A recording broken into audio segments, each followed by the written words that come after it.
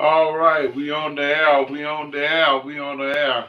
Good to see many of you on here tonight. I pray that you have had a wonderful, wonderful Christmas and on your way to having a joyous uh, New Year.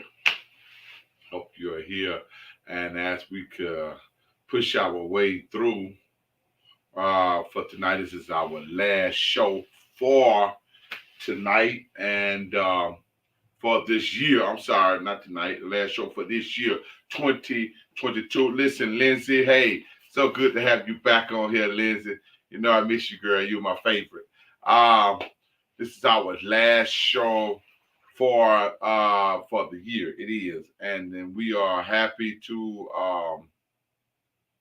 have you with us tonight as the others make their arrivals and be aboard, be on board. Listen, we got some newcomers that's coming in, and their shows will begin after the first of the year. Trust me, you don't want to miss these news peoples are coming in on Wednesday at 1 o'clock. You want to meet Pastor Tracy B. Payne with wisdom and knowledge. You want to meet there, and we got some men's roundtable that's coming up, and we're gonna have the fivefold ministry roundtable. It's going to be something. It's going to be in the daytime, around by 1 o'clock, and trust me, it's going to be very nice.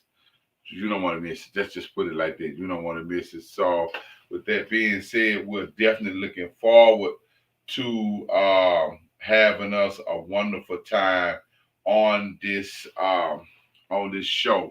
So tonight we're going to deal with men who embraces being single. Yeah, men who embraces being single.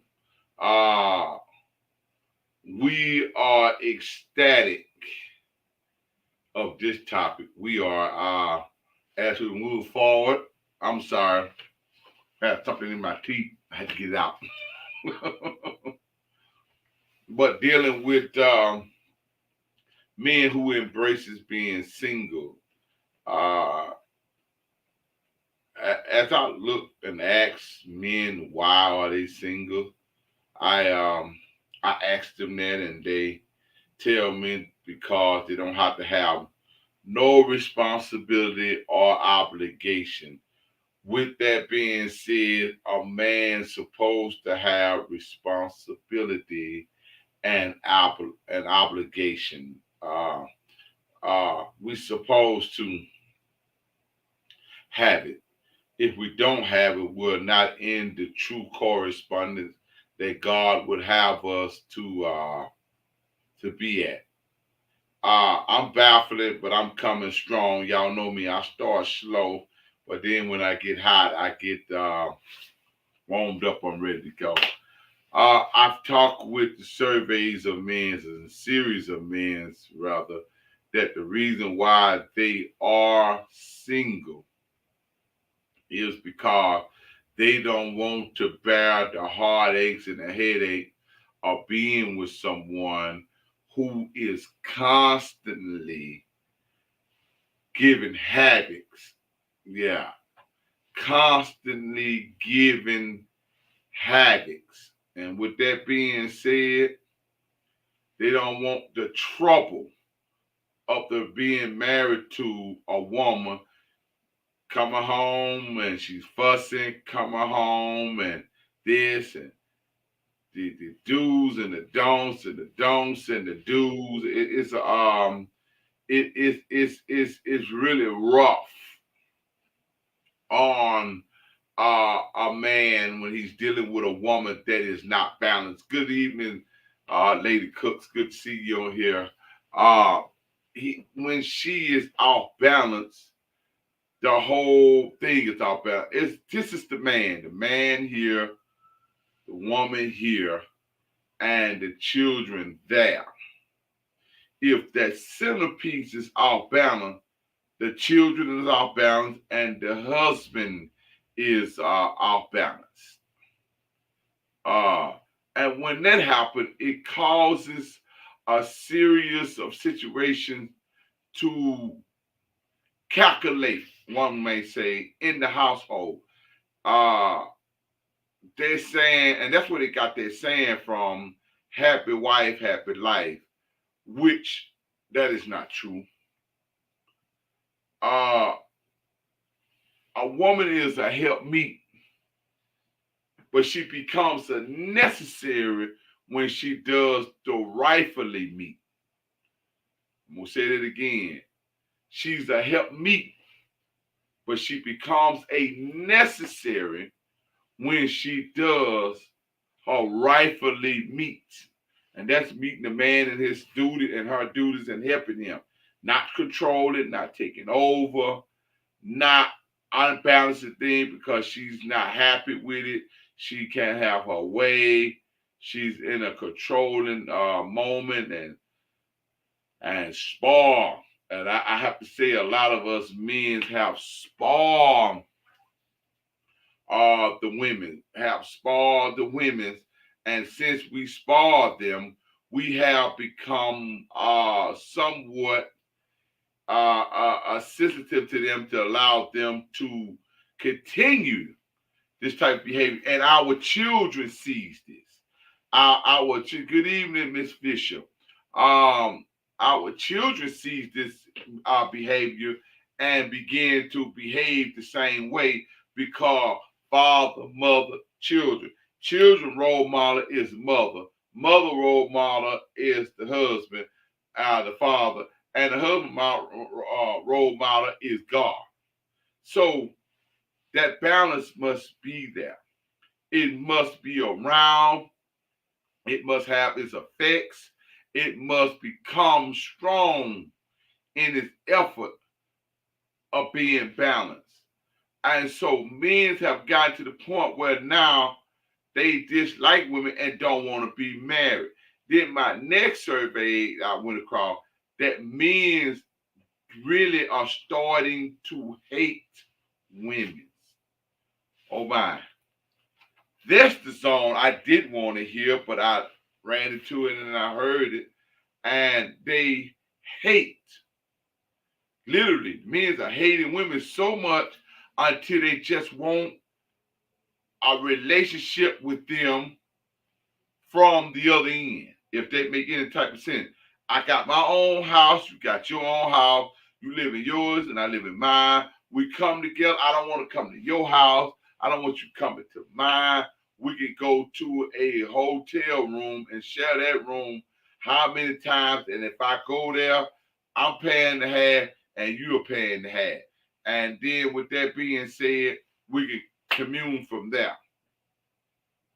It's so bad now till I see young men making sure they buy the day after the night pill, whatever that pill is that stop you from being pregnant. That's how bad they don't even want a woman to get pregnant by them. They don't even want to be dealing with her due to child support, fighting with her over the child, watching her bring in another man to say that that's the father and teach the child how to be disrespectful to him. Uh, these are some of the things that I covered. These are some of the things that I covered and I watched and seen with my own eyes happen. And it leads to women getting killed. And sometimes the men get killed. I mean, it is what it is. But it's all about the position that's being put in the place in the man being put in a certain position that's not feasible for him. And when that happens, it's causing that now if men start hating women, which is already started, it's going to lead to a serious deposition. And when I say deposition, meaning that if we kill the women, and I'm speaking of men because I am a male species, if we kill the women, who are going to give us mankind? The Bible said the greatest gift that a woman can give to a man is a man child. If we kill the women's off, then what are we going to do? The last week's show, we touched on, why men desire anal sex rather than vaginal sex. We hit it. We talked about it. We danced all around with it. We did the unthinkable when it comes to that. And the thing that happened with that was that men have decided to to not deal with this. So they rather go into the anal sex and have sex because it leads to no baby being found. With that being said, that led to men's liking homosexuality behavior. They like having sex with a man, anal. Now, it is my understanding the reason why they like anal sex with the man is because the anal is more, I would say, one said to me that it's more easy to be a part of. I mean, I just don't understand how you want to do something with a man. I mean, I can't tell a man or a woman what to do in their bedroom, especially if they are married. Even if they're not married, I think you should never tamper in someone's business. But I can't understand if a man goes to the bathroom and he can't even stand his own self in the restroom. How is it that you're going to play in another man's anal? I don't get it. I don't understand that for that. So men are participating in that because they don't have to hear the griping. They're claiming that another man understands them more than another, and he ain't got to worry about a child. He ain't got to worry about all of this. It's some type of security that they have found themselves to like, to enjoy, to want to be with a man just to get what you say the world would say, to get their rocks off. When that become an effect, the woman is no longer needed. And when she is no longer needed, her existence is no longer tolerated. Why? Because he's only seeing you as a sexual content. And ladies, when a man look up on you only as a sexual content, you are no longer part of the game called responsibility, just an accessory. You know what they do with accessories, right? It's like cosmetic. You can wear it, take it off, and put it over in the corner. You can put it on, take it off today, put it in the corner. Wear it tonight when you go out. It's just something that makes you look good called cover girl. We have reached this era in our life. And it's the same thing, and I haven't understood yet. You don't want a man, woman, but you'll go out and find a woman that cut all her hair off, wearing man pants and clothes and shoes, looking like a man, and she don't have the necessary tools of a man, but you done fell in love with her, and she opened the door for you to put you in the car, and she got a strap on. You accepting something fake versus something real. And you wondering why y'all winding up with all kind of what they call ovarian cancer, uterus defect problem. You got to go down there and have a hysterectomy because you're participating in something that is not made for your body. So you actually kills yourself off. Dr. Steve have made his arrival. So you kill yourself off. When you kill yourself off with that type of behavior, you are no longer needed. You are no longer wanted. You are no longer a necessity. So what happens in the relationship, if you no longer needed, you are simply erased and put in the place where out of mind, out of sight, and replaced with something that has little or no effect at all. But it's just something to do. Most men who are gay will tell you, I am gay only for this purpose here. Most women that tell you that they are gay is only gay for a certain purpose. How do you like something that's not real? And this is the society that we are simply that we that we're simply dealing with. This is the society that we're dealing with. And with that being said, we have to good evening, Kimberly. We have to change our perspectives, how we see one another, how we entertain each other, how we aggressively grows with one another.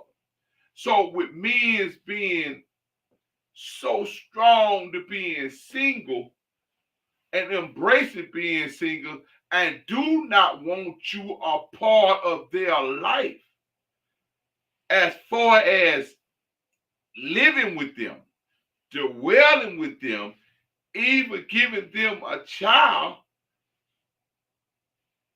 Well, ladies, what do you have a stand in? Because really, if you look at it, women can't even get along with women, but they dating each other. Women's when men cannot see who you are, and I'm getting ready to play a clip here. When men cannot really see who you are and who you are to us, it's not about your clothes you wear. It's not about the shoes you put on, them caterpillar eyelashes you wear, those wigs you put on top of your head, and this makeup that you put on your face that makes you look like a beguiling snake to a real man's eye. Your deception will soon run out. You wonder why you can't keep a man? It's because you put more of your effort in all of these cosmetics than who you really are. Let's watch this clip as we add it to the stream, and we're gonna deal with it. So let's watch this clip. Let's watch it. Let's see. How do I? Oh, there we go. Let's go. Okay. Let me take it off. Okay. Listen. I'm gonna run this twice because I want you to really hear the beginning.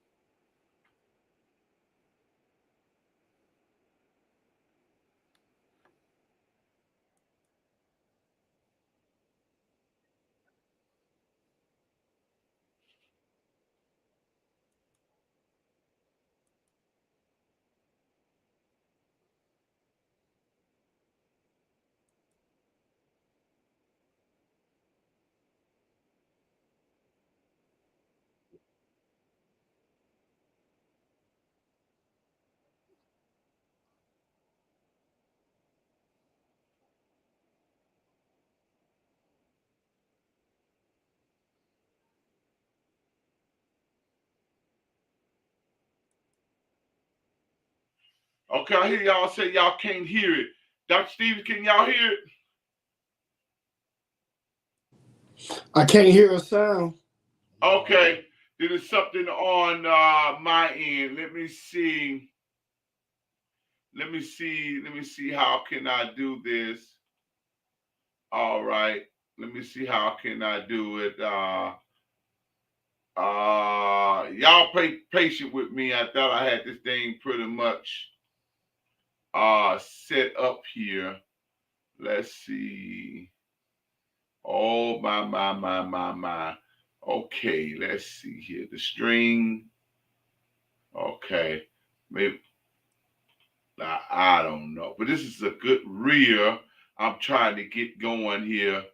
Let me um let me remove it from the string and try to add it back.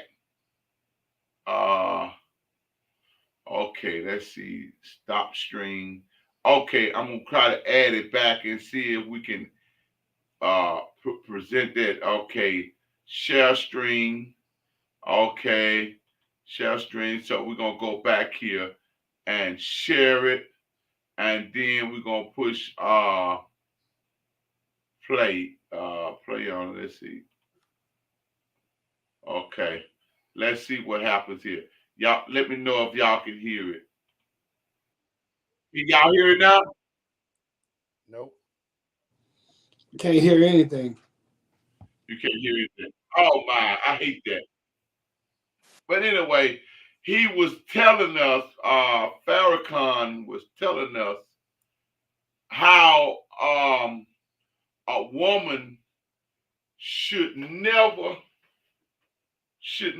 not give up herself and get lost in her husband. I wish I could play this. I wish I could play it. I really do. Uh, I don't know what happened with that, but I wish I can really share it. He was telling us how a woman should lose herself when it comes to the man she is married to, basically not the woman, a man that she is dating, but the man she is married to. That she should lose her own self and wear his identity, giving up her life to become his life. Now that's pretty hard and stern, but it's the truth. Most women like to marry the man and keep their identity at the same time. With that happening, she's already in an uproar within herself, psychologically, mentally, and is produced physically by her behavior because she in reject mode of becoming that wife that she should be because she's a victim of past circumstances. He also was telling us as men, when a woman does that, you should not play tar with her. You should not cause any deposition in life. If you don't mean her no good, you should automatically get away from her and leave her alone and don't hurt her and leave her be. This is what Farrakhan was saying, and I wholeheartedly agree. I wish I could play that clip. I don't know why the audio is not working, but best believe I'm going to bring this clip back up on next Monday night. I have 3 clips actually lined up, and I don't know why it's not working. I don't know. I have no idea why it's not working. But anyway, this thing here is unbelievable. When I say it's unbelievable, this clip is unbelievable because when I saw it, I could not let it rest. Due to we have a serious identity crisis in marriages, and it's at the beginning of a relationship. At the beginning of the relationship, it's all when you see all the red flags where she's not going to do, what he's not going to do, but yet we keep moving forward.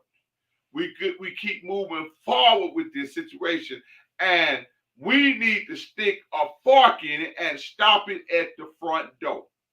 If she ain't producing now, she ain't helped meeting the meat now, and she say she want to be married to you, I think you should stop it right there and don't let it get in the fog. Go ahead, Dr. Steve. I see you itchy. Come on with it. Dr. Boyd, I see you hanging out at the bottom. Let me start by saying good evening to everyone. It's good to see everyone, and I don't want to pose anything that could be misinterpreted. Whenever we are dealing with the concept and the construct of marriage, we must separate it from this Americanized, convoluted, chaotic, This is true.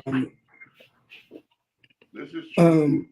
This chaotic ordeal that is fluid in definition, and it takes the shape of whatever is convenient. Yeah. As I forestated in times past, there is a major difference between what is contractual and what is covenantal.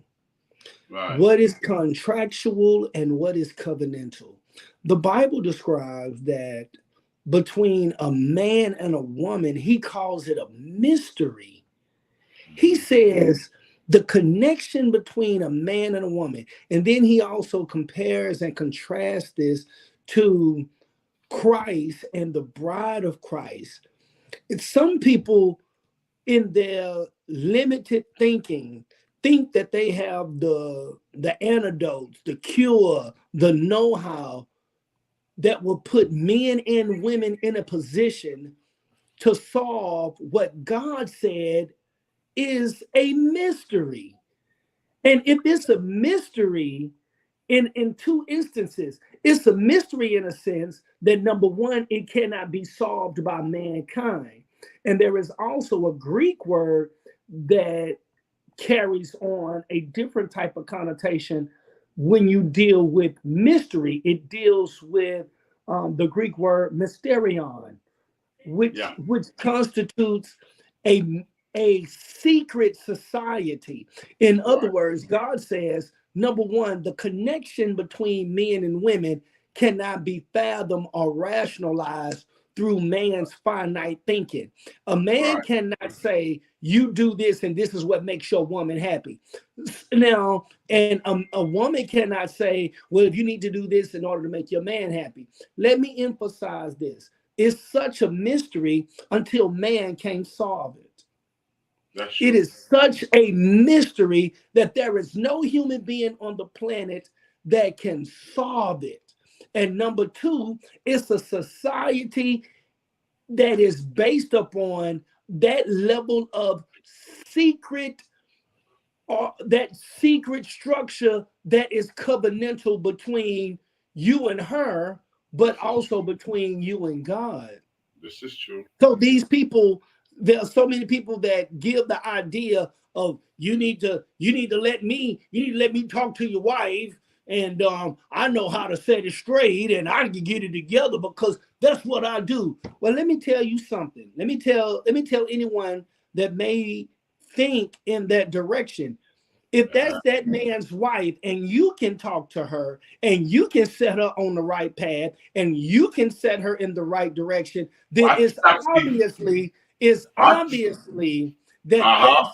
that you are the man that is on the contract, but Right. you're not the man that is so connected to her that she There can you go. adhere to you, That's that it. she would take what you think, what you feel, how you see things Right. into account. She doesn't Right. have to agree with it. And the same thing applies if that man is concerned about anyone's well-being, anyone's provisioning, anyone's protection. He's concerned about hers.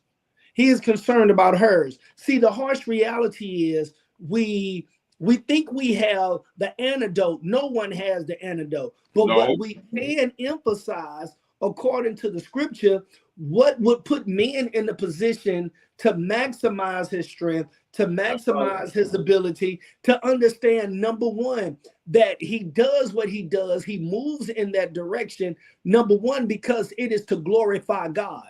So That's it. how can I, in a relationship, even in a relationship, how can I glorify God with my money?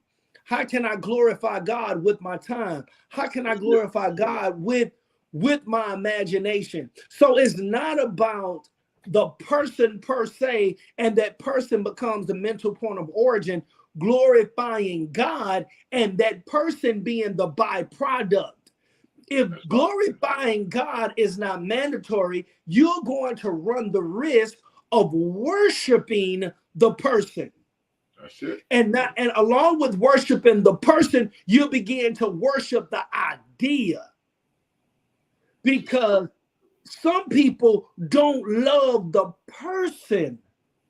They love the idea. They love love. And They you hitting it, man. You hitting it. They love the butterflies.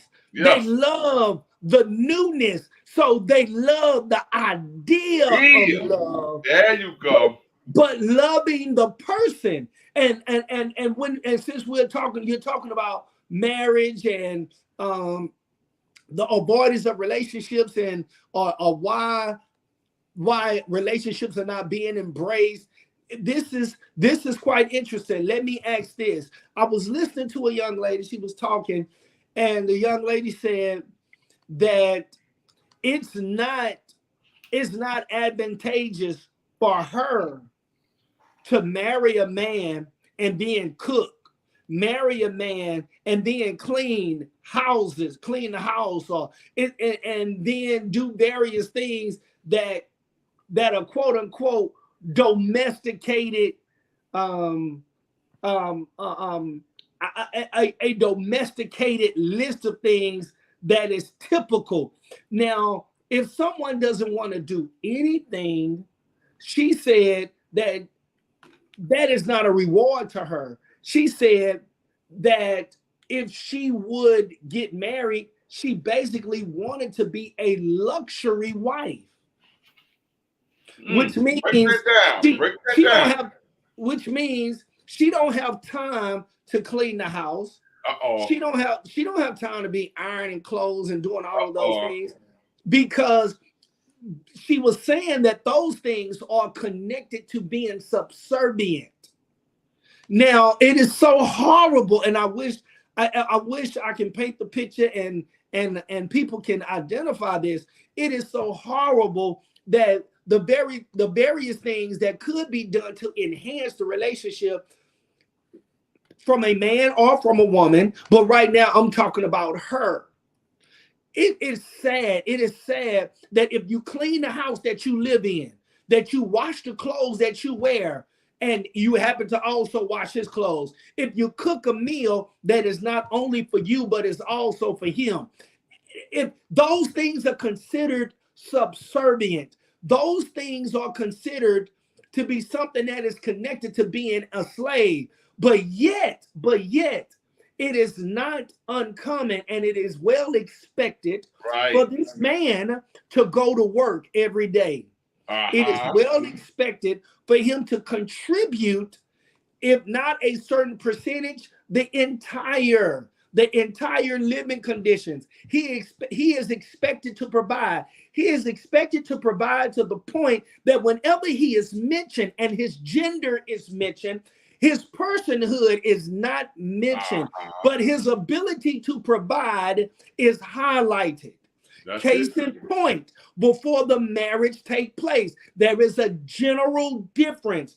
I know that some may say that that's an exception, but an exception means that it is a rarity. When men talk about women and we are connecting to said woman and we want to be with her exclusively, men are condemned because what she may possess, we like it. So now we are naive, and we can't deal with a strong, independent woman. And since we are so weak, we've got to deal with a lady who is not as strong, and she's not as independent, and she don't know how to think for herself. Why? Because this lady is nice. Right. Why? Because this lady here is attractive.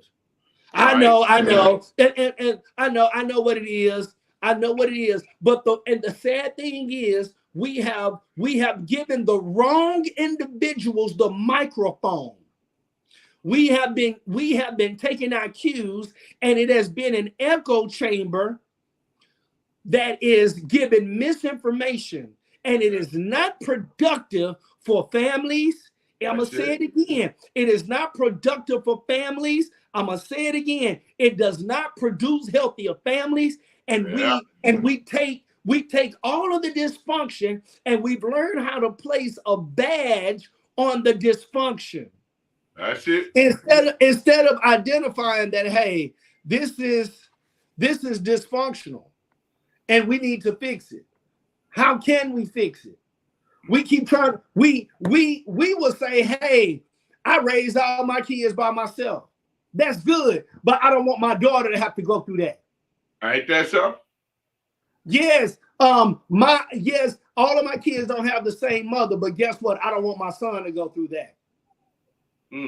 So we're not going to glamorize, we're not going to romanticize, we're not going to celebrate, we're not going to pedestalize the dysfunction.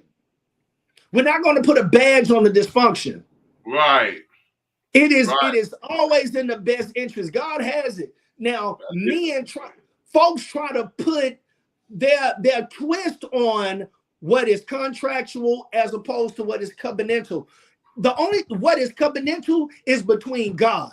God established his covenant. Now, if your aim is a contract, if your aim is a contract, then you don't want to love the person. You want to see what you can have access to. Because if you want a contract, then what you can get is a notary. Right. You can get a notary. That's it. You can have a notary, you can have a lawyer, and you can count money down the middle in terms of how you guys are going to function within finances and in the event there's something dissolved. But when you move into covenant, right, I'm not interested in leveling up, because truth be told, it's not always emphasized, but sometimes a woman can look at a brother and regret the choice that she made because she realizes, I could have done so much better. I married this guy because I married him because I wanted a sense of security. I wanted to be settled. I wanted to destroy the optics. I was ready to just be married, but she didn't love him. She wanted the idea. She wanted the optics removed.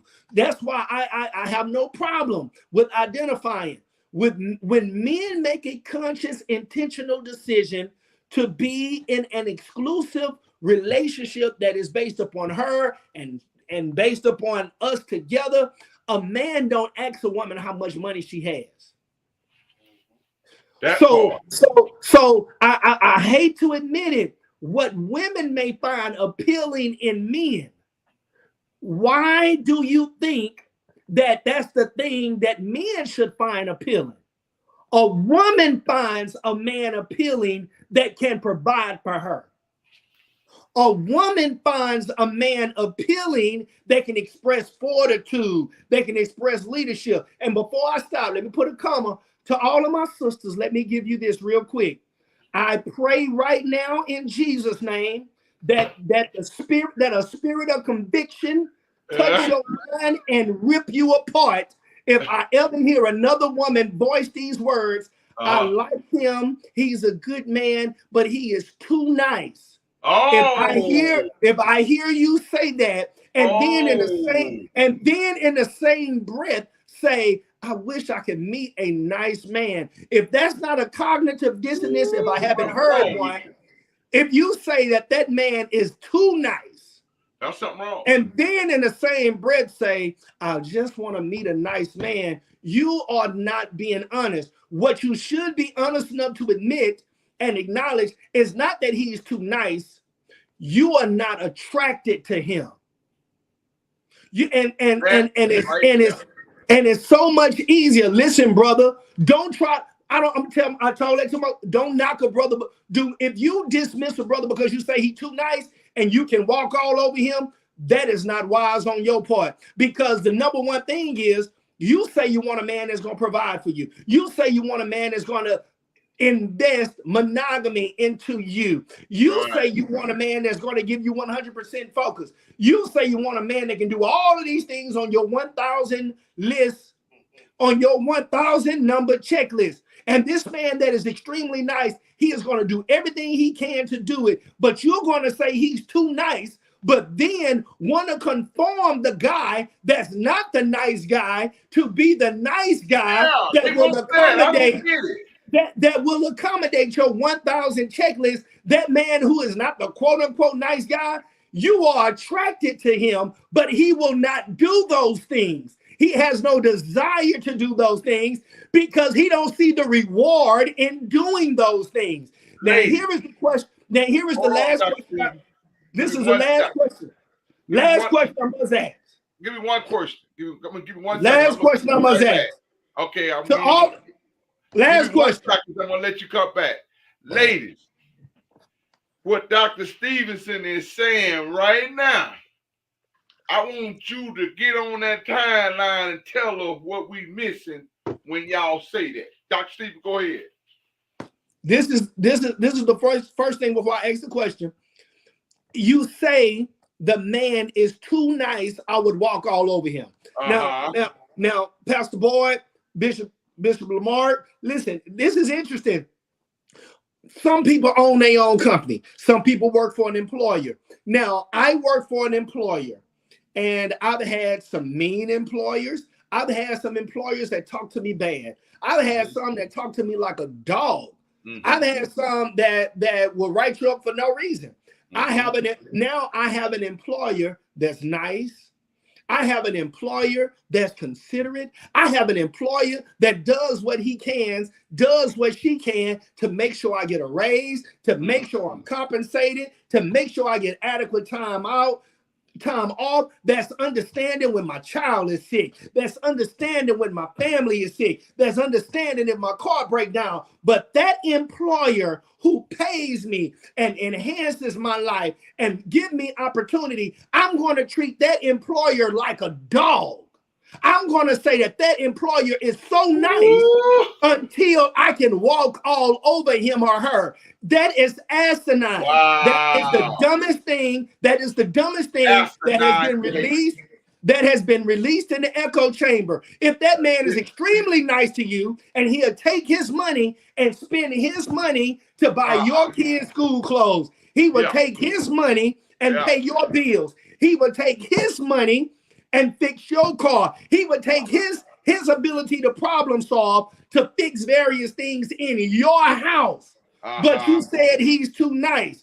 Brother, abandon ship. Be with someone that you can be nice to. Don't say, well, man, I'm just going. No, bro. It's if you're a nice person, brother, it's nothing wrong with being nice. Be nice. It's something wrong if they don't know how to appreciate someone who is being nice. Now, if you can't appreciate someone being nice and you want to make a full investment in your misery, I'm going to say it again. You want to make a full-time investment in your misery, then go at it. And the last question I want to ask, what is the major benefit to a brother? What would be the major benefit to a brother when a brother expresses his desire for monogamy? Now, ladies, listen. What would be the major benefit if this guy desires monogamy from you? Now, here is the last thing I want to mention. Ice cream cannot be on the table because you guys say y'all sanctified, filled with the Holy Ghost, and born again virgins. So ice cream is not on the table. What will be your calling card in order to gain the interest, keep the interest, and develop the relationship? And ice cream is not a part of it. Wow. Ladies, if you will, get in the timeline. Tell us what your position on this and what are we saying. And I know the story. Many of you have said this to me. What I don't like about the show is y'all don't separate it. Y'all put all the women in one bucket. All women are not like that, and women are not like this. At the same time, we're speaking from a general level of the platform of female species. That's what we're dealing with. What is being projected out in a general. If your sister is failing, it is your responsibility to help her. Same thing with the men. This is why this men's roundtable is put to a position so we can help other men become strong where they are weak. You missing it, Bishop. There are some people, they like it when the man is weak. Yeah. Because a weak man gives you the excuse you need. A weak man gives you the excuses you need while still pandering. Yeah. A weak man has no standards. And in fact, when he gives a standard to himself, see, let me deal. Watch this. Right. Watch this. A weak man, all he knows is one word. That's just true. Because he is so in fear of, if he fails to cater, she will exit his life. This is true. But she knows that if all he does is cater, he can't lead. If he lives his life based upon, if he lives his life based upon catering, then she is the one that is exercising what some people will not express and acknowledge. And if this is what you're teaching your son, I'm praying for you. You indirectly tell your son that she is superior to him. Your job is to cater, and she assess how well you do it. Oh my goodness. So if you don't watch it, that's why the objective, the primary goal is to still glorify God. Right. Because if she is the one that assesses whether or not you're doing this right, or you're doing that right, or you are well, or you meeting all of the responsibilities and obligations, then indirectly and by default, you're calling her God.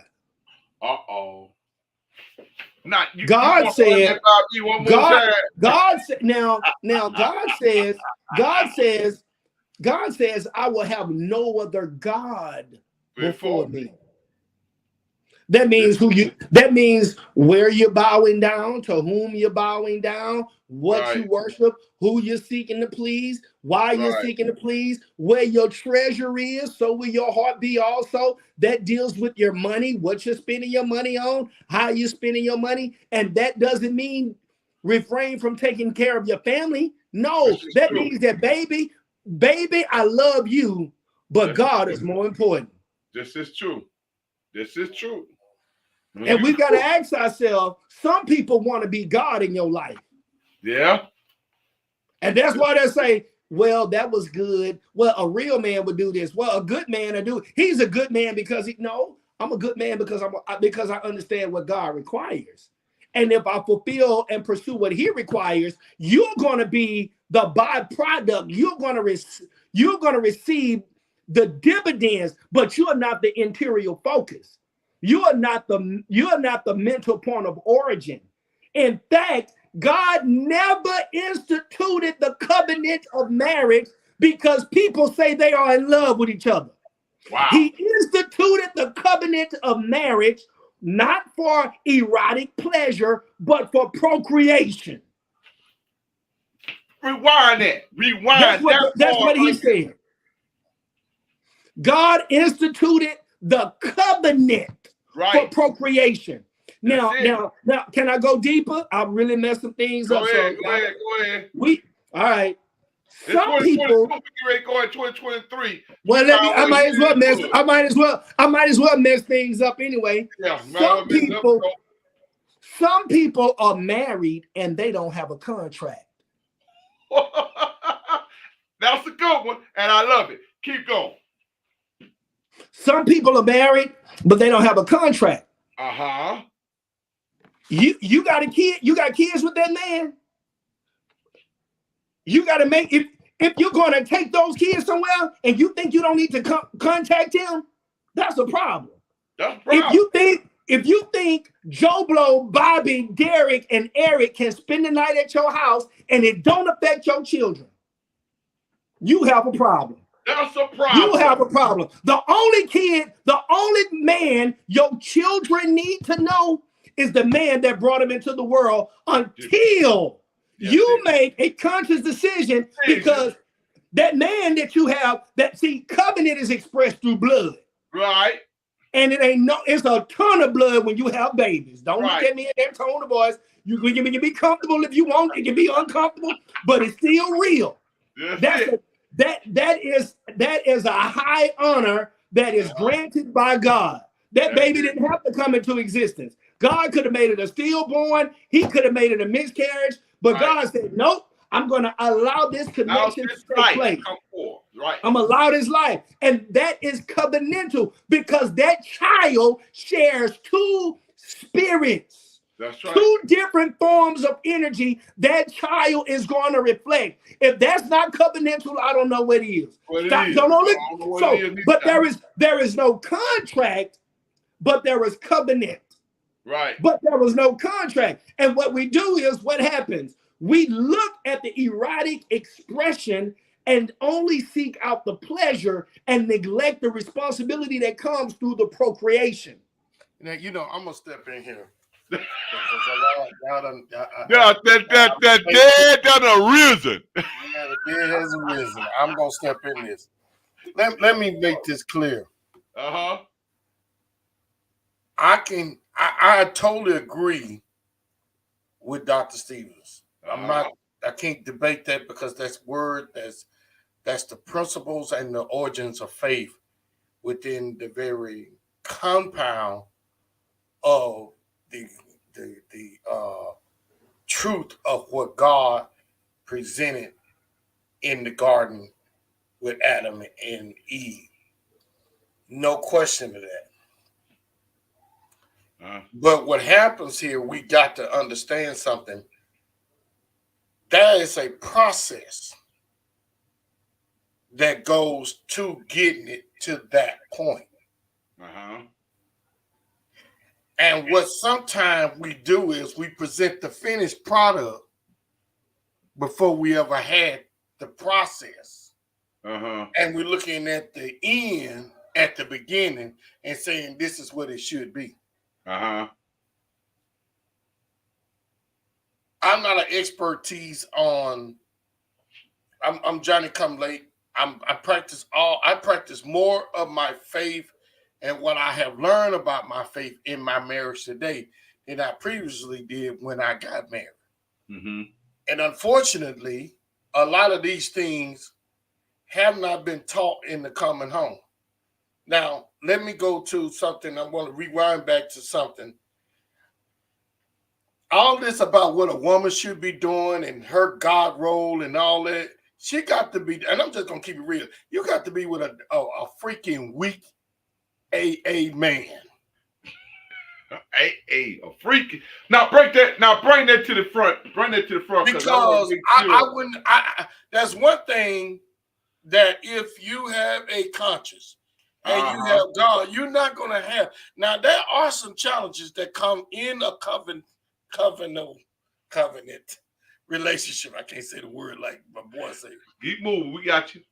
But in the confound of it, it's the origin of how it begins. And sometimes we assume that everybody comes in this thing with that hyping spiritual intelligence and wisdom that comes in. But I don't care how much you come in. It's still a process. You got to grow into it. Sure. It's going to be a process that's going to require a lot of work that some people ain't willing to put up to go into.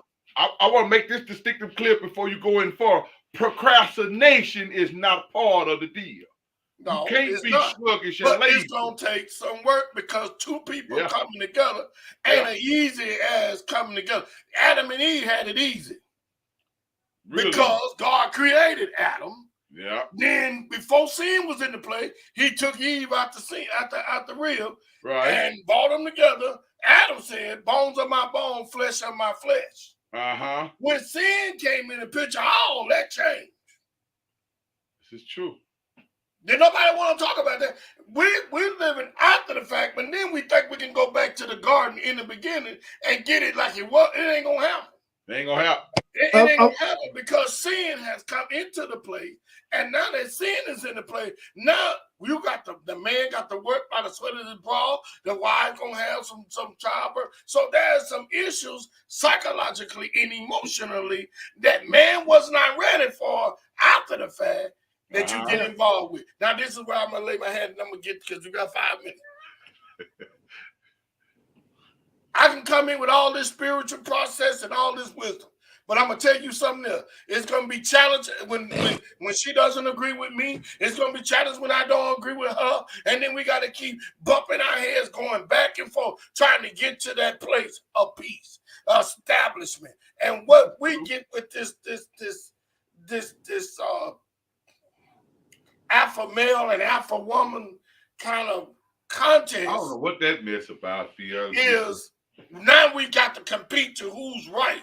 And who's wrong, who's the better way, who's the best way, and all of these are nothing but ideas. And what we don't do is, at the same time, let me tell you something. While we battling out who's right, who's wrong, and what the Bible says, the children are in the midst watching two grown folks holler and scream at each other about who's right.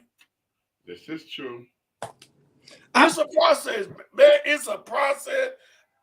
I mean, like I say, if anybody know that I know what I'm talking about, I'm down this road. I'm 10 years in, and it's a lot of work. And some of this is coming from the outside influence because everybody got an idea but don't have an experience. See, when you got an experience with something, I'm ready to listen to you because you done went through the pain, you done hung on the cross, and you have resurrected from the experience. I gotta agree with you on that one.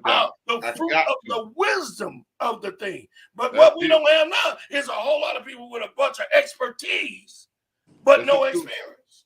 Now, how has this worked at your house? How has this worked at my house? And I guarantee you, we all come back to say, let's pray.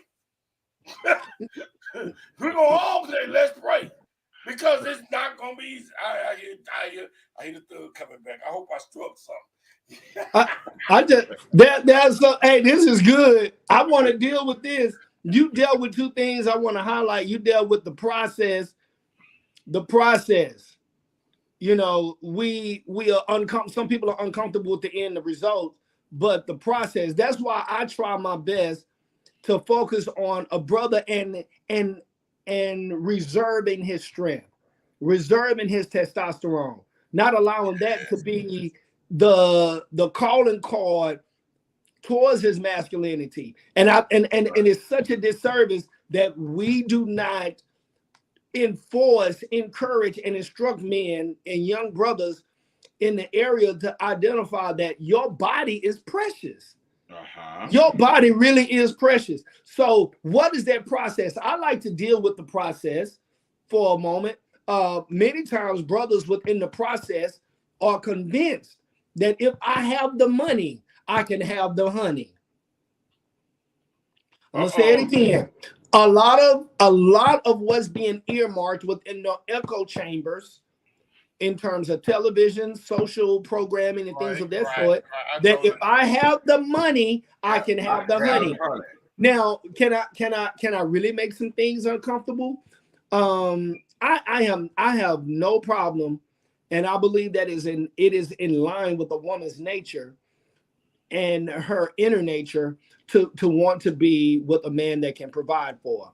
But when your aim, your goal, your mental point of origin is the man's money, when that is the goal, when that is the goal, you eliminate the possibility for connection that will lead to covenant. And so what happens is men don't know what it means for a lady to really desire them. So many men don't know. See, and that's why I listen to men talk about, oh, I got it like this, and I had these women like this, and I had a woman like this.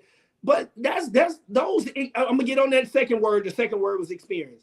But that process, there's so many men that believe that once I get the money, I can get the honey, because women like men with money. So I'm gonna get the money. But little do you know, when you move into money, young women, when you move into money being the primary, you lose sight of obtaining connection. And when money can't join you together. Amen. So everything is just transactional. If you want a man to spend time with you, it's got to be transactional. He's got to have some money. You want a man to hang out with you, it's got to be transactional, because he's got to pay you for that. It's amazing But I know brothers I play ball with, work out with at the gym, young brothers in their 20s. You know, they spend money on pictures that they're using as screensavers that they order from various women. They order pictures for $10 just because she's beautiful. Just because she's beautiful. It's so many men. And that's why I will not shy away from this harsh reality. And women, you can chime in. Please do. These women are not having sex with all these men. And that's why I hate that sometimes just because some women are dancing, don't look at me in that tone of voice. Y'all can look all deep and act all deep if you want to. You know that twerking and all of those various things is a phenom. It's hot. Now, all of those men that give her attention, she is not being intimate with them. Some of those men just give her money. That's just true. Don't look at me in that tone of voice because I know some but and you're right. That's why they get in the game. This is their way of making money. This is their way of getting money. No matter how much money that man gives her, she don't like him. No, she don't. She don't like, and that's what some of these guys don't understand. If she don't like you, she don't like you. Period. Keep it moving. Now watch this. It doesn't mean that you won't become the best possible option out of all of the other guys that like her. But you at your core, she don't like hanging out with you. See, let me tell my young brother, I'm gonna make somebody uncomfortable. When a woman don't like you, brother, you gotta spend a bunch of money because she don't like you.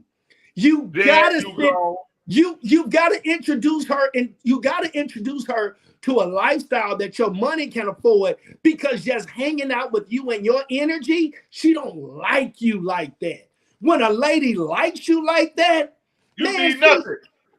I mean, it's you just eating a sandwich with her. She's like, yeah, me and babe, we ate a sandwich together then. And then we walked around at the park, and he liked to throw bread and stuff at the ducks. But it was cool though. Right. And watch this. None of that cost a dime. But you know what she had a blast with? She had a blast with enjoying your company.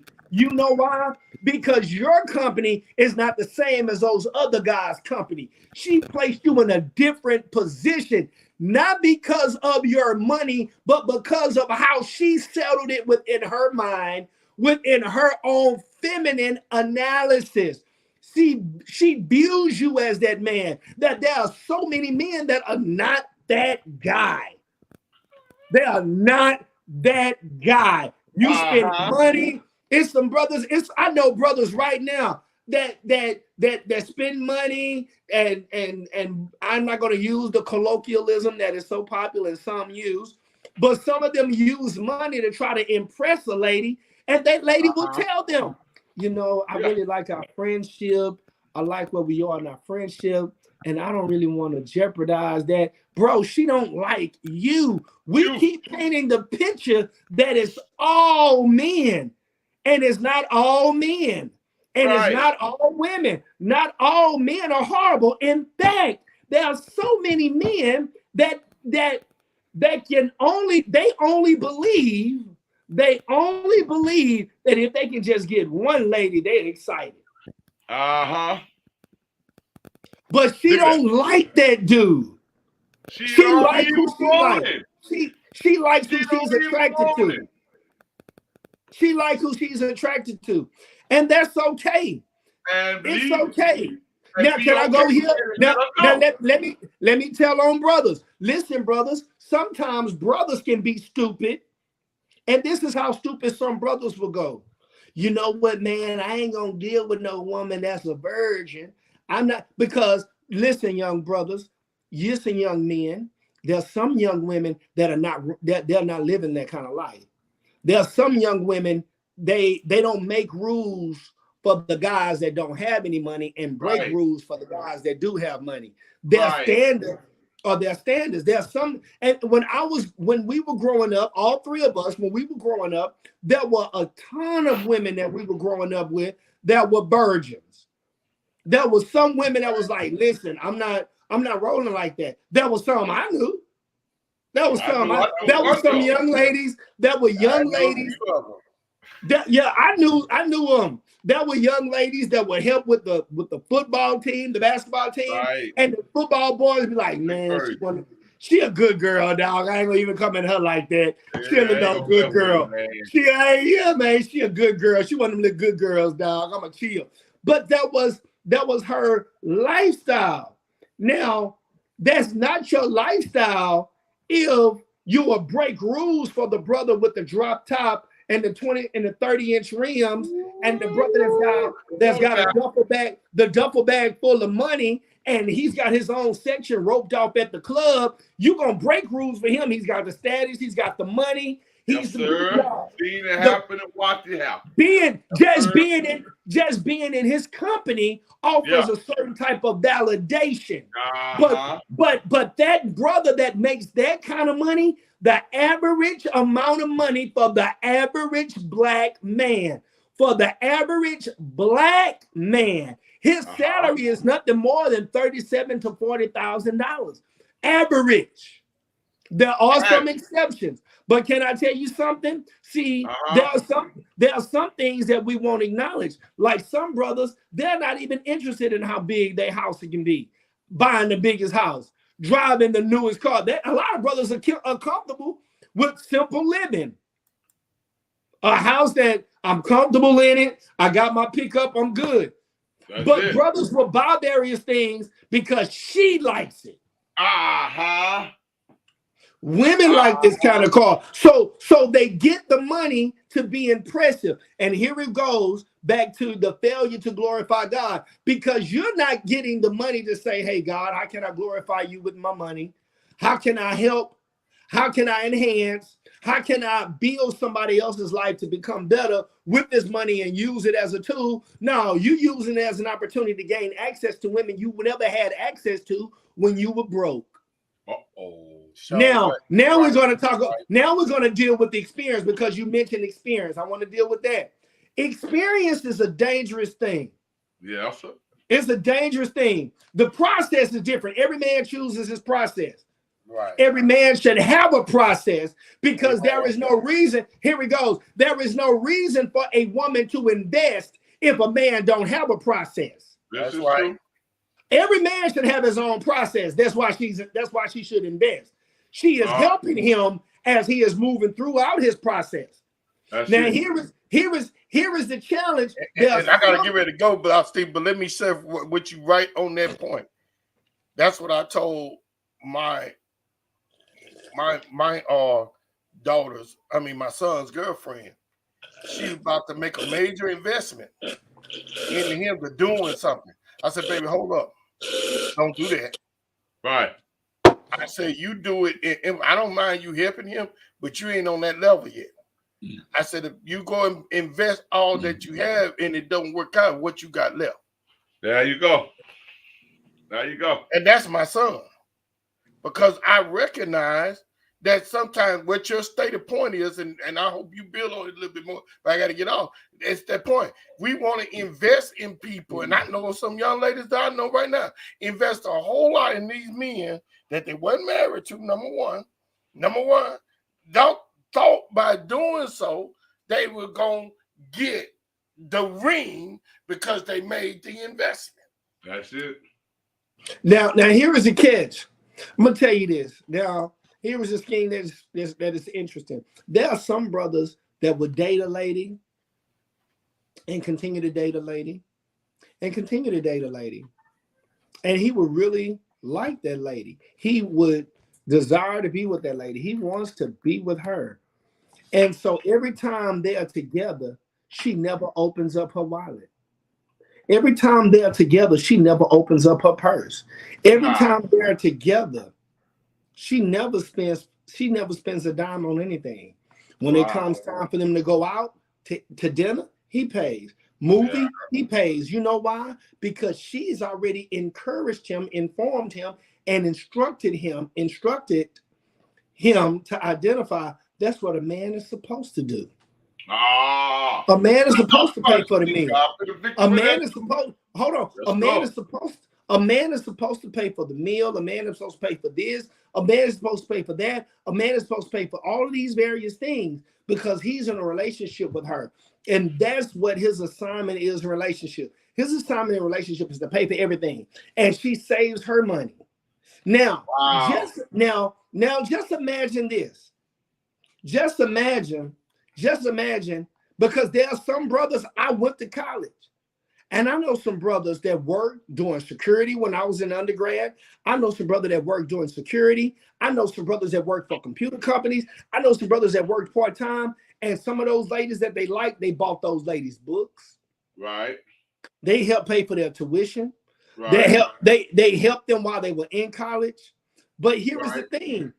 We will not acknowledge that a man can do everything a lady says and give everything that she says she wants, but it doesn't mean that she won't get bored with your brand of service. Uh-huh.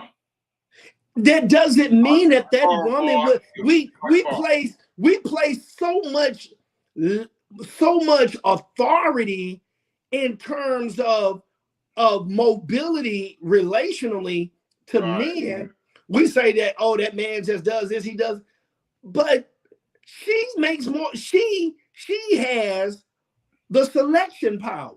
This is true.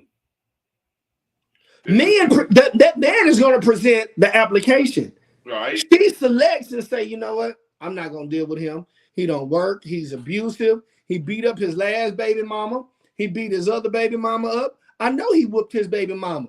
I know he busted in the eye. I know he kicked in the head. He ain't doing nothing for his other two kids. He whooped these women. I know it. That man, oh yeah, that lady that bought him a car. I don't know what he got going on. I'm not buying him no car. I'm not doing none of this. You know all of this. But see, this is the thing that we will not identify. There is something that he does that you like. Facts. That you can't leave him alone. And until you look at the full assessment sheet, you won't make a change. See, that man, don't look at me in that tone of voice, men and women. See, this is the thing. That bad girl, she may be the most enjoyable experience you have. She may be an enjoyable experience, but can you trust her with your money? Can't trust her. She bored too. Can you trust her with your money?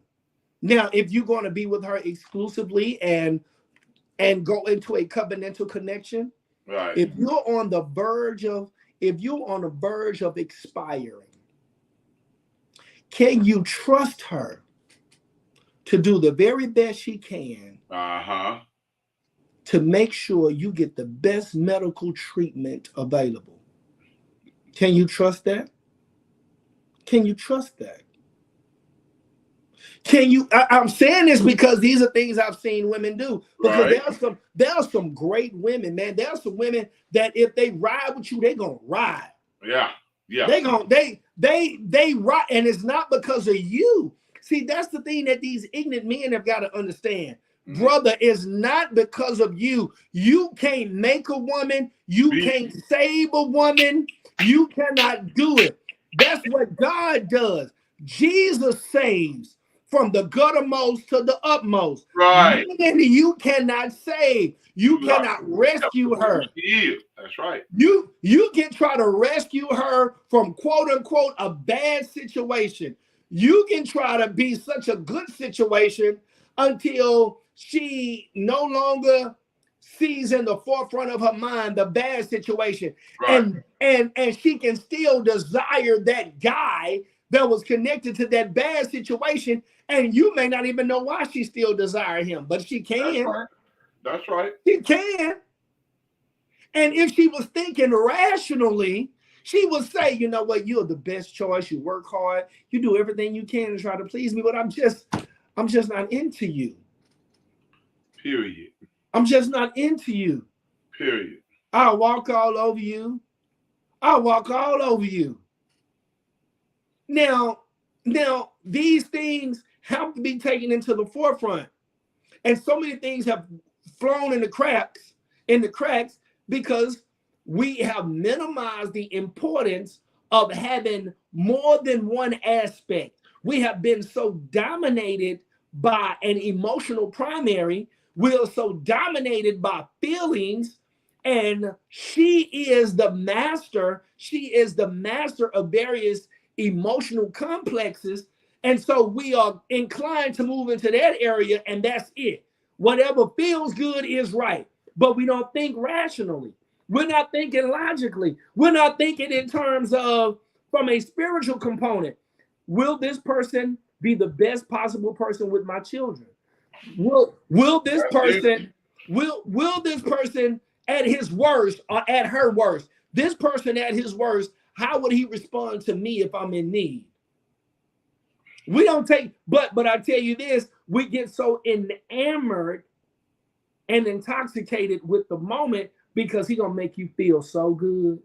He's gonna make you feel so good. And you need this. This is true.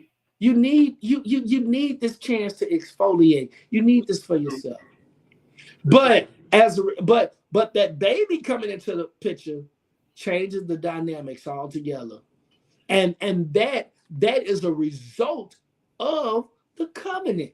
Right. That's why I said previously, there are some people that are in covenant and they have no contract. Now, that's what I want to get back with you on too. And we can stay on here because this is the last Monday night, so I don't care how long we stay on. We can work through this. About a woman that has a child already. A woman that has a child already, as you forestated, and I agree, that it shouldn't be no one in that child's life except for the real father. That means the man have no business buying Christmas gift. The man has no responsibility of any sort, of any kind when it comes to that child, except the mother makes a stern belief that this man is going to be in her life and they are heading for marriage and to be together. And a lot of men, and I have to be the one to say I am guilty of it by inserting myself into positions of women's life that have, well, actually, to be, I can't say that, to be honest with you, because I've never dated women with children. But I have dated a woman with one child and wanted to be in that child's life because I was really dating that female who I wanted to be in her life, and I understood her heart was wrapped around her son. So I wanted her, and I wanted to go where her heart was and to be in that area where her heart was. And I want to say that openly, I soon came to the reality that I have inserted myself in something somewhere that I have no business being without the permission of that said parent. You know what? Let me interject this to some of our brothers. You know, there's some brothers that are some deadbeat daddies. This is true. There's some brothers that are horrible man. Fathers. They are bad at their kids. They do very little. They do nothing, whatever. And there's some out there. There's some. But there's some brothers out there. They are good with their kids. Very good. There's some guys out there like I'm very good with my kids, man. They're good with their kids. Yeah. It didn't work out with their mother. Exactly. But when those kids get with them, I've seen brothers be with their little kids. And I was at church, and I know a brother who has some little kids, and he had them sit on the front row at church. Right. And he was a single father. I said, how do your kids sit on the front row so quiet and attentive and they're not disruptive? He said, we practice sitting down at home. Oh, boom. Baseball, out the park. He said, I teach them how to sit down in At 10 home. minute, in 5-minute increments, in That's 10-minute it. increments. So when they get in church, they don't have a problem sitting for a period of time. They are accustomed to it because there's quiet sit time at home. So when they Right. get to church, they're okay with it. I said, Right. wow. But That's it. he good with his kids. Right. Good with his kids. Can I go here? And some people will be uncomfortable. And if there are some mothers that are honest, Right. there are some men that are far better with those kids than they are. That's right. They begging their kid to stop doing that. You better sit down. You better get down. You better not do that. I'm gonna not. And then before you know it, they stressed out and they like, you so and so. And then they go to Just like your dad. and then hold up, and then they gotta apologize because I didn't mean to say that. Yeah. I'm sorry. And then they can cuss you out, and then sometimes they may slap you upside the head because they stressed. They're like, this little sucker here is hard-headed. But watch this. Daddy not doing all of that at all. No. Daddy not hearing no crying, no whining, no. Daddy come in there. Y'all go sit down. I'm only gonna tell you one time. That's it. Guess what happens? Everybody go sit down. That's it. Because they know when we say something, that one time, we're not going to go back and forth with you. When we tell you something that one time, you better make sure it registers because the next time, we're going to be on top of you. And it's going to move so quick and it's going to happen so fast, you're not going to be able to interact with it. Other than say, oh my God, I better not do this again.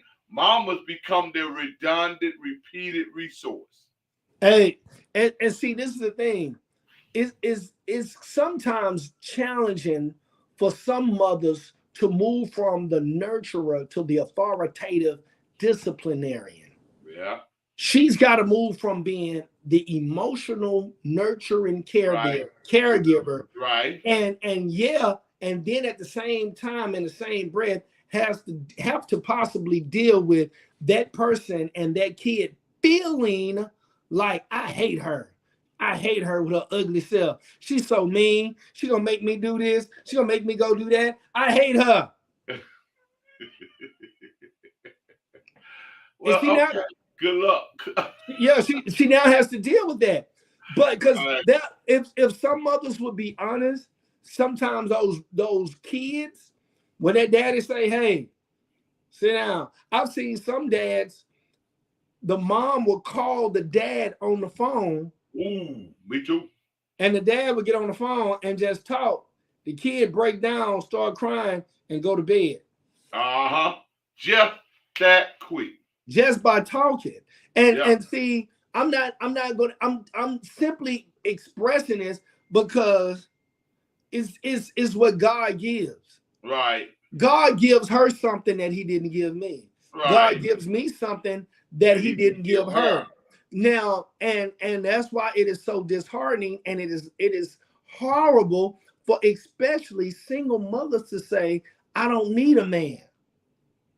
Now, for my single women that have no children, and you say you don't need a man, okay, deal with that as it comes. You know, somebody got to fix the car, somebody got to fix the air conditioner, the heater. Right. You know, somebody got to fix the roads we drive on. Somebody got to do something. Somebody got to get in that heat. Somebody got to get in the element. Somebody's got to work underground. Somebody got to do some welding or whatever. So if she says she don't need a man, she just have to deal with what she got to deal with.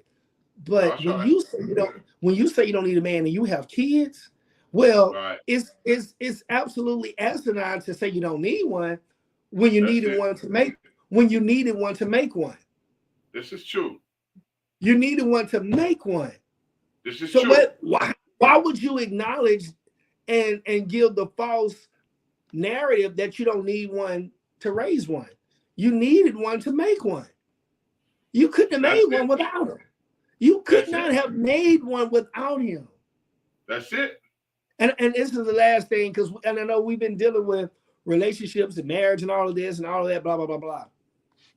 What would be the reaction if we knew that the last person that we were in a committed, exclusive relationship with will be the last person we ever have one with, will be the last person that will ever take us, Whoa. will be the last person that will ever take us serious, will be the Right. last person that will really want to make an emotional investment, that will be the last person that will really want to pour into us, that will be the last person that will not objectify us, quote unquote, based upon physical standards. What if that person that you said you can level up above is the last person that really took the time to invest in you? Right. Right. How long you gonna be a garbage can for him to come by and play and drop his trash inside of you, woman? How long? How many And- more times you gonna be the garbage can for him, huh? Well, let me tell you, is the thing is, if someone is repeatedly doing certain things and expressing and participating in certain actions, it's hard to say that you find those actions unenjoyable when it's repeated. Right. Right. It is hard to view You you. like trash. You like trashing? Yeah, you know. I mean, and listen, it is not you. Everyone is entitled to like who they like. Everyone is entitled to embrace who they embrace. Exactly. It goes without saying. And here is the thing: no one has everything. That's just true. Some people are good in certain areas, but the moment Right. you acknowledge, yeah, baby, you good in this area, but in this area, you're not good.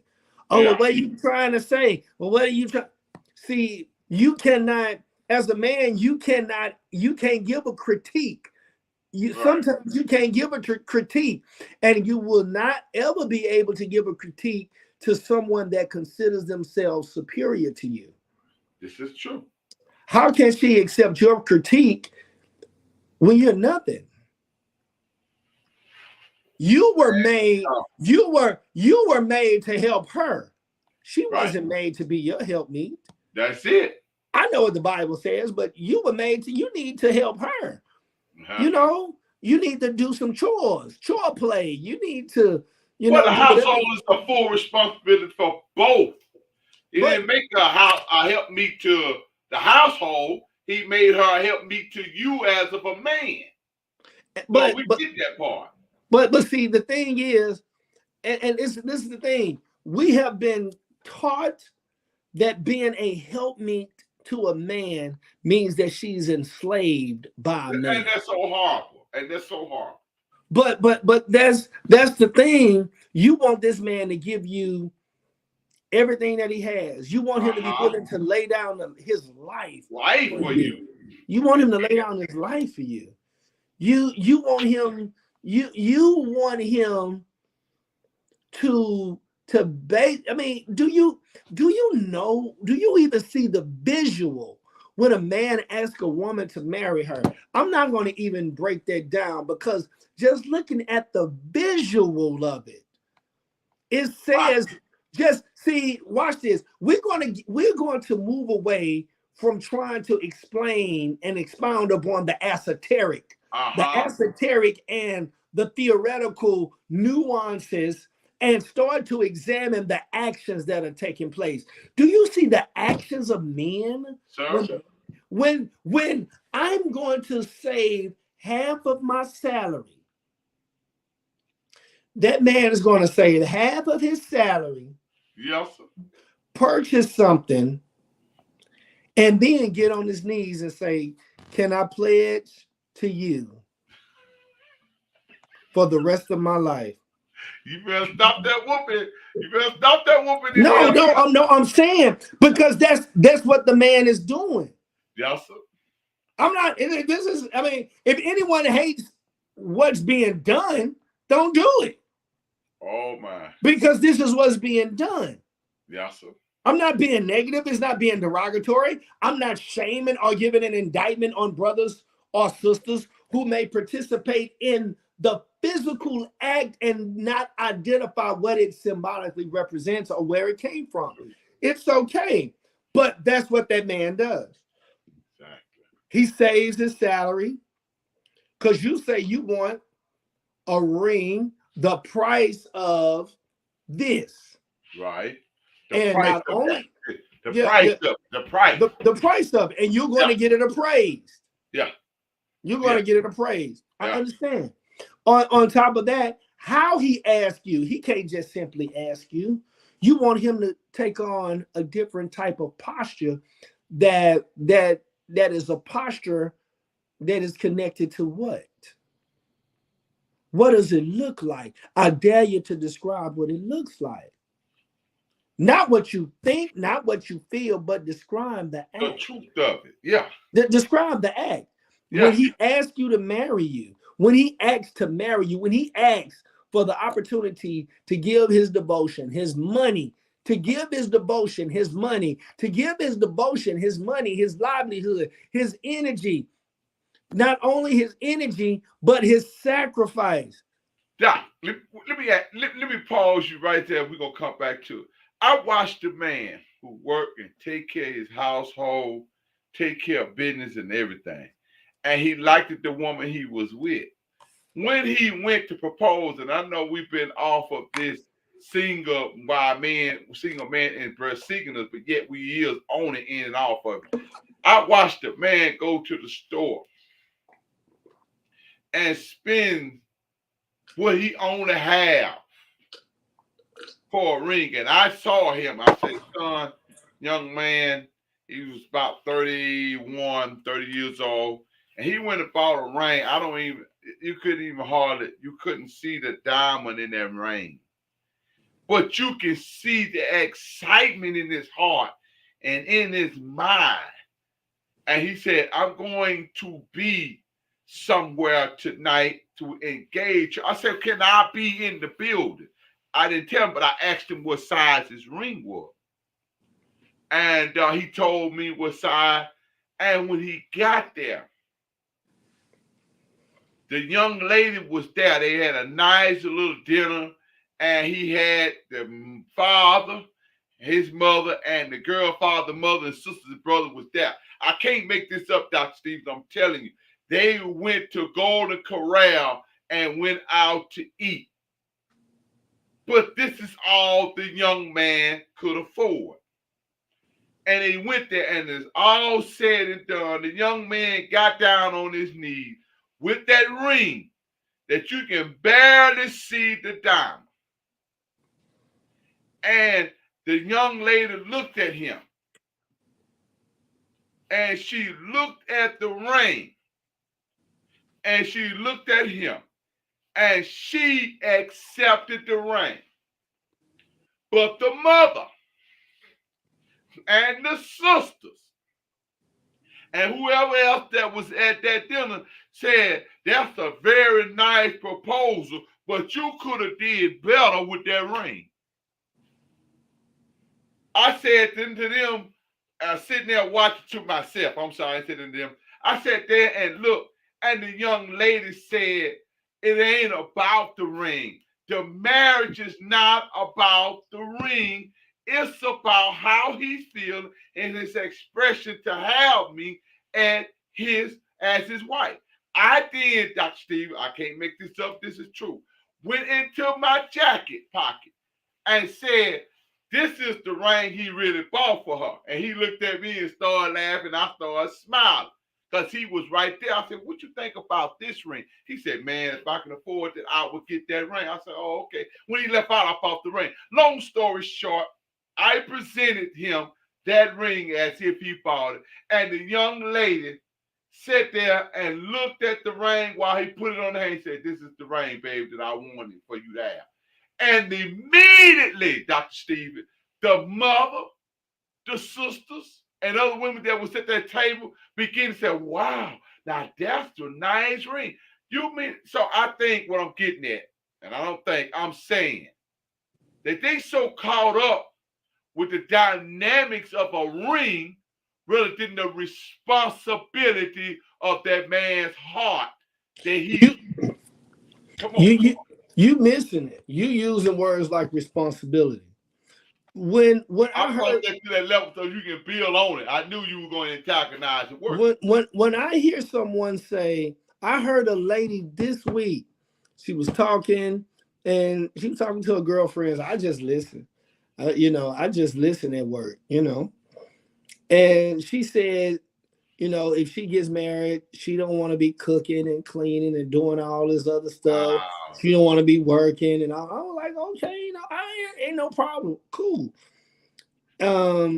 She said she would like to be a luxury wife. Right. A luxury wife. Now, who would want to be someone that absolutely contributes nothing? The only thing that you will contribute is what? Your ability to spend and be an extended bill. That's it. And that And down there between her legs, she think that's supposed to buy heaven for her. Bless her heart. No, that's see that goes right back to it being transactional. Because if you care about a man, you want to do something. She don't care about that dude. She don't want to do the work. No, listen to the word. The word is do. And if you are defined by, and if there's the actions that make the persons, your actions are saying that you're nothing more than a selfish, narcissistic, immature individual that don't know that relationships mean is something I need to do. Right. You think and if anyone talks in terms of being a luxury, anything in a relationship, they are moving in a direction to want to embrace a lifestyle because they don't want that person. Nah. They don't want that person. They want what is being offered and what will make them look good in front of their peers. That's it. They want the lifestyle. They like and so if you don't watch it, some people will view marriage as the opportunity to relax and retire. Oh, say it again. Relax and retire. Yeah, that's what they want. But see, the relationship is when the work really crank up. Because instead of all of the unmerited amount of men that's in your inbox, now the challenge is, how can you keep this one man focused? That's where it's at. A hoe you find a diamond, but a queen you find very rare. You can find a hoe 24 hours, 7 days a week, Doc. And I just put that on the table. I don't care. You can find a hoe. She ain't nothing but a doorknob. You go down the street, she on there. You go in Walmart, she in there. You go in HEB, she in there. They even in Neiman's Market. Can you believe? Because they waiting for you to come in there and buy the high price old stuff. So I at the point of you can find a hoe anywhere, but you can't find a queen anywhere. And that's another topic that I want to deal with coming up soon. Knowing the difference between the queen and a handmaid. Well, you can't bring no handmaid home thinking she a queen, Doc. It's over. Can I make some things uncomfortable, man? Deal with it. You know, we throw around this queen, this king, and queen, and she's a queen. All the king, man, stop. Get off the gas. Kings make queens. That's it. Kings make queens. Without a king, there is no queen. There you go. Now, kings become kings sometimes based upon lineage or based upon war victories. There you go. So people are able to see his leadership and his victories through war, and they want him to be the leader, the king, and execute judgment and give commands. That's it. See? Now, in order to be a queen, the king makes her a queen. Because just having money don't make you a queen. No, sir. That's got money. Because the queen's assignment. I'm just saying that we better get into something. We're gonna have a hard time. I'm okay. Listen, I learned how to play chess. Yes, sir. I play chess, and Yes. the king's assignment, the queen's assignment, she can go anywhere on that board. She can But go she up and better down. take She the can go lead. across. She can make moves that nobody else on the board can make. And the reason why she is able to make those moves, because her assignment is to protect the king. Gee. Wait, stop. Her assignment is to what, Doc? Protect the king. Lord have mercy. And they talking about they queens and can't even protect the king. What you got to understand, Oh, every God, see, what is this mess here we got now? you got to understand. You got to see. This is public knowledge. This Yes, is sir. public knowledge. Yes, sir. It was not men that said, "Oh, I don't need a woman. I don't need no woman." Woman, Hey, I got no. that own woman than me, boy. I've never heard it publicly earmarked among men. I don't need no woman. I don't No. need a woman. You don't even hear me talking like that. In fact, it has been the absolute opposite. I've heard it from men that I have a great deal of respect for. That if you're gonna be a man, you need a woman. If you're gonna be a strong man, how you gonna respond to your woman? It's all and I've heard so many men connect their manhood in association with how they interact with a woman or women. Uh-oh. Come on. When that's not biblical. No. That's not biblical. No. It starts with Christ. Yes, sir. She's the byproduct. She's not. She is the person that reaps the residuals from you obeying God. So she ain't the prize. Well, I'll tell you this. She is. Step in the water. For one, step in the water. I will. You know why I will? Because I'm not going. We are seeking to become and move in the progressive area that will express the strength and quality of us as brothers. And so if I am pursuing you, it's because I see the quality. I see the quality of you. Yes, sir. And I will not embrace you in that facet if it's not a reward. Right. If it's unrewarding and all that's attached to it is a risk. Right.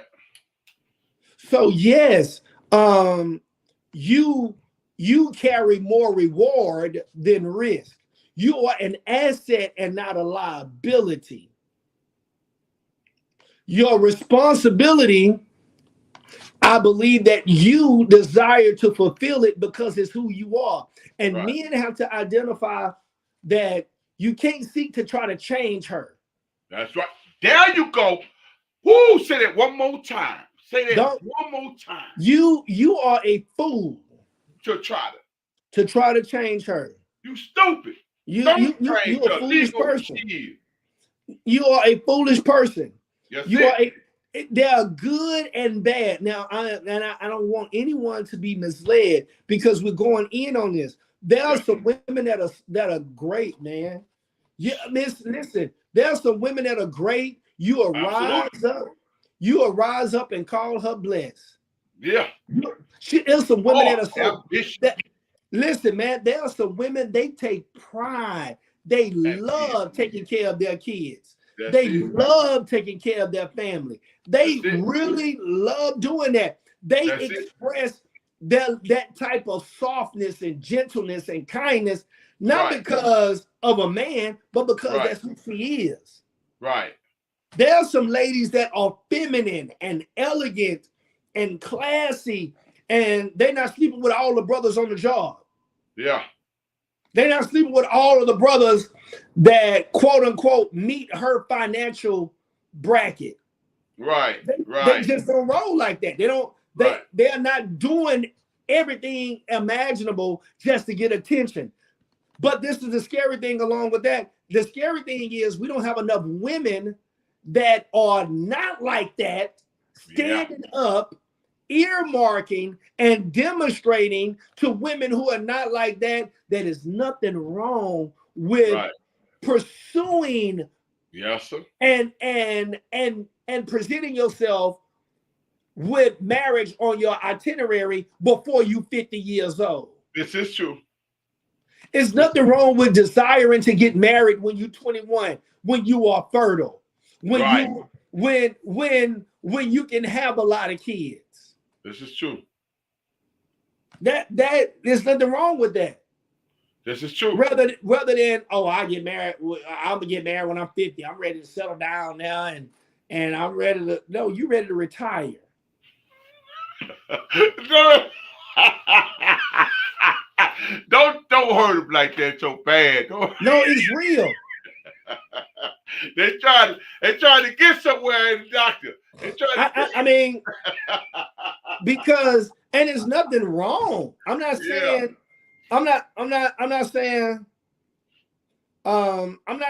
don't get married as you get older. I'm saying, what's wrong with getting married when you're in your primal area, your primal year? Yeah, not your war tied you. Listen, one of my neighbors, I applauded her and saluted her and her husband. She's about 21, 22. She's a nurse. She's studying to be a nurse. Yeah. And her husband is in the armed forces. They live on the army base. She's 21, 22. And I told her, I said, man, I salute you. I'm so glad that, you're doing your thing. I'm happy for you. She said, yeah. She had a baby, had one or two kids so far. She may be about 22, 23. And it's a blessing that she did it while she's young. Right. They are growing together. They are learning it together. They are experimenting and discovering various things relationally together. I'm so sick of hearing individuals who are older tell younger individuals, why are you trying to get married at 21, 22, and you don't even know what you want? Ruining the child's life. You crazy. That's it. You are crazy. When the book said train the child up in the way it should go, and when it get old, it won't depart. You sitting up here defeating the Bible, teaching it backward. You don't know what you want. That because you didn't know what you want, now you're gonna bleed it into the poor child's life. That's crazy. Well, let's not shy away from the reality. Sin resides. Pastor Boyd mentioned sin and the various components and the devastation that comes along with sin. I am not going to recant from the reality that sometimes it's our options. Let me deal with this. Sometimes we have too many. I'm saying we to be general, to generalize this. Some people have too many options to settle down and be exclusive. This is true. And we do. But it's about the decisions that you make, the quality decisions that you make. I pay attention to something too. Young ladies who wants to get married but don't want to bring the young man to meet their father. Don't want to bring them to meet their brother. All they care about is that emotion and feelings that they have, that they care to be married because they love them. But you ain't bringing them to your mom and dad to meet your dad and your brother to meet them. So when he gets you down the street and beat your eyeball out of your socket, then you looking crazy. Had you to brought it to your father and your brothers or your uncles to get approved, then you wouldn't be in this mess you in. Well, you gotta understand this.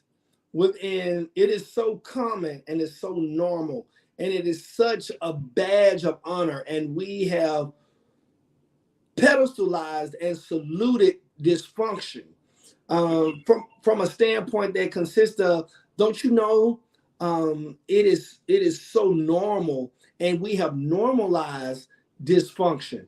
the family, according to God's word, consists of father, mother, children. That's the family. Within our modern culture, the family consists of mother and children. This is true. This is true. And this is why we have learned how to socially incentivize craziness. I like the way you put that. I like the way you put that. But that's facts. That's facts. We have become civilized in something crazy. We have adopted that to be a part of our makeup and our behavior.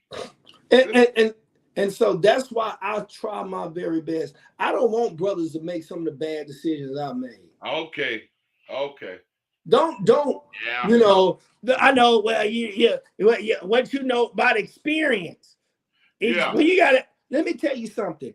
If you have to experience it, you may not survive the experience. You may very well not survive the experience. You're absolutely right. Everybody don't survive it. Everybody don't survive.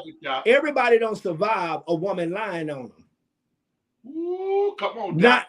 Not everyone survives false accusations. No, sir. Not everyone survives false narratives.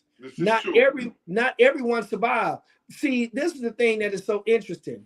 You know why men are number one? I want women to identify this. You know why men are number one in suicide? Do you know why men are number one in suicidal, homicidal situations? This is why. It's because you don't care about how he feels. You want to hear how he feels so it can be weighed in contrast to you, and then tell him that he's wrong for feeling what he feels, and then condemn him because he don't express his feelings. Ooh, this is the truth. So help us God.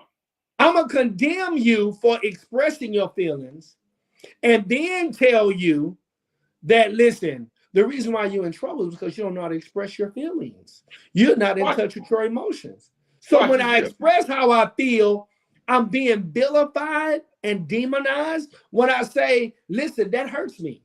Hey, I don't like it when you do this. That when you talk to me like that hurts. Responsibility thing. I don't like that. Now, instead of saying, you know what, Johnny don't like this, Bobby don't like this, maybe I ought to change that. Instead of identifying what Bobby don't like, you condemn Bobby because Bobby don't like it.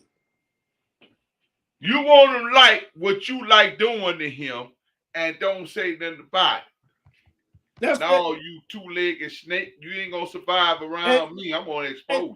And I'm not going to call anyone. I'm not going to say anyone is being a snake. I think sometimes we can be so lost in our own subjective selfishness until it will make you irrational. Hold on. A snake come to eat up, and what it can't swallow up, it spit back up. Now that part I'm not going to deter from. I'll stand on two ground. Because in this life, women love eating up something and putting their hands on something, and then when they can't swallow it, they regurgitate it back up and leave it laying there and then run away from it and then leave it for somebody else to find it and let you know that they've done the damage. And this conversation comes in at the point of men being so merciful to women after they done something so tangible to us, but then when it comes down to what we do to them, they want to cry to the world, I am a victim. Well, I'm gonna say this. I think that many men don't even know how to respond within a masculine frame, because everything. If a man has received the majority of his masculine input, his masculine perspective, his masculine view was given to him by women, Mm-hmm. How balanced is that? Not. It's not, because he's now taking his identification from her, which she ain't never gave him. Even if a woman gave birth to a child, she's still not giving him his identification. His identification comes from his father. Now I'm about to mess things up. Let's go a little deeper. Then we got 5 minutes to wrap this show up. I got 5 minutes. Right. It's rather difficult for her to tell you what a man is and how a man can become one when she didn't acknowledge what a woman is. Wow. And I'm saying this from the Supreme Court judge. She said, they asked her what was a woman. She said, I don't know. I said, oh, wow. She said, biologically, I can't answer that. So and see, that's what I would advise many mothers to do, that profess that they have to be both mother and father. Why be a pseudo masculine individual when you can be a full feminine woman? Wow. Why be a pseudo masculine woman when you can show your son what a feminine woman look like, and this is the type of woman you want to marry? Right. Why not do that? Why not be who you originally are? Yeah, why you want to be something you ain't? Listen, I think it is incumbent upon a man to be the most masculine version of himself, regardless of how women act. This is true. You don't get a chance, men don't get a chance to say, oh, if women were nicer, if they were kind, if they were more gentle, all of the things that expresses her feminine essence. Right. If they were more that way, then I would be more masculine. No, I plan to be the more. My goal is to be the most masculine version of myself. You hear me? Regardless of what's around me. Nothing other than me. And that's it. I can't be nobody else but me, and I ain't gonna let you change me from who I am. If you don't like who I am, that door is swinging. You got a diamond in your back. Well, watch this. You're coming, but you leave even better going. Well, this is what's interesting. If a lady likes you, she likes you because of who you are. When you change from what she liked. There you go. She likes you based upon you. So if you change and don't be you, she's not gonna like that. Yeah. I think when men become more in tune and become men, stand and hold your feet firm. Don't allow these waving Jezebels, and I did use the word Jezebel, to bring an unwavering behavior and spirit into your life, and teach her that the door is where you're supposed to be on the other side, and remain there, and then stand firm and hold yourself until that queen shows up and undergird you and protect you like she's supposed to do. Then you would not be entangled with these swallowing up snakes that swallow you up and spit you out as time go by. Now listen, go ahead. And I'm gonna say this because I don't want anyone to be misled. One of the greatest assets a man can ever have in physical form, the greatest asset in physical form, the greatest addition in physical form that can be added to his life is a woman. Period. The greatest detriment that will be the bane of his existence. Period. That will cause him to cry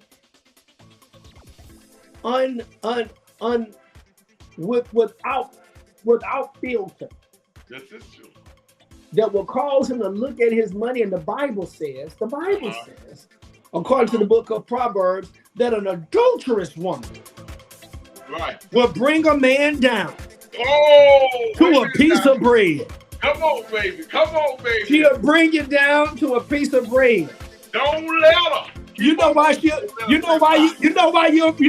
bring you down to a piece of bread? Because nothing you give her is good enough. And she ain't never satisfied. She can't be satisfied. You know why she can't be satisfied with everything you give? Because she don't want it from nobody like you. She don't want it from you. All the thing like- you is a bus ticket. You a bus ride, man. Hey, You can't man. know where she go. Hey, listen, man. Hey, it is real. We just want brothers to make the best possible investment, selection, and be the highest quality brother he can be There you go. to glorify God God. in every facet of his life. That's it. That's it. Don't you know? Listen, brother, don't you know you can make her happy and still be displeasing to God? There you go.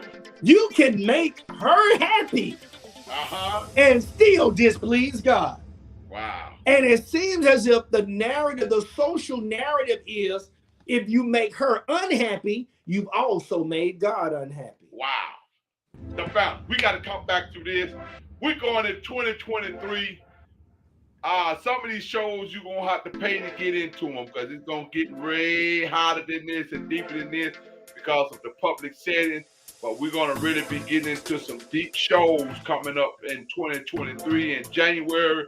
Listen, if you want to be on television, you have a hot topic or a show or behavior or act, or you even want to do your play, this is a good place for you to come to EEFI Television Network. Let's talk. You will find the number throughout the commercials on the sites, and you will see it. We're happy to have you and to interview you and talk to you about some of you might want to put your kids in a church on television. We have only a few slots remaining, I promise you. And people are signing in and signing up. The deal, they're being grandpapped in because after this, you will be paying the minimum of $2,500 just to communicate with you and start talking to you about your site. And you will be paying between $3,500 to $5,000 per slot as we're making our way to go directly to the television. The Comcast Infinity. We're going to DirecTV and more. We're on TV right now, live on Roku, Apple TV, Fire Stick, you name it. We are there already. We have our own network. We own this site. But we want you to get it while it's good. Stop being lazy and sorry. Get up and do something to help yourself. I'm here to help you, but you must help yourself. Don't come here, Johnny, come late and want to talk to me because I'm going to tell you straight up, I ain't got nothing for you. Even God leaves a lazy man sitting by the food salon. He just tell you, take up your bed and walk and keep going. It's your choice to get up and do something now. All right, this is the end of our show for the Men's Network Talk Show with the only Dr. Rui Stevens, who gives the most greatest advice outside of our co-host Boyd. He is aggressively in this, and he has more to give, but there is private sections that's coming, which he's going to be able to express himself, and you will have to come and pay to get in. I don't know what that price is going to be, but it's going to be on demand, and I mean, we're going to talk about some deep issues, deep subjects. But you will be required to check in to get in there because it's high profile, it's rated, R rated, and I mean it's going to be hot and bothersome. Don't forget about, we're getting ready for the Mr. and the Mrs. That show is going to be epic. That is going to be epic and going to be live right here on EEFI Network. All right, we're going now.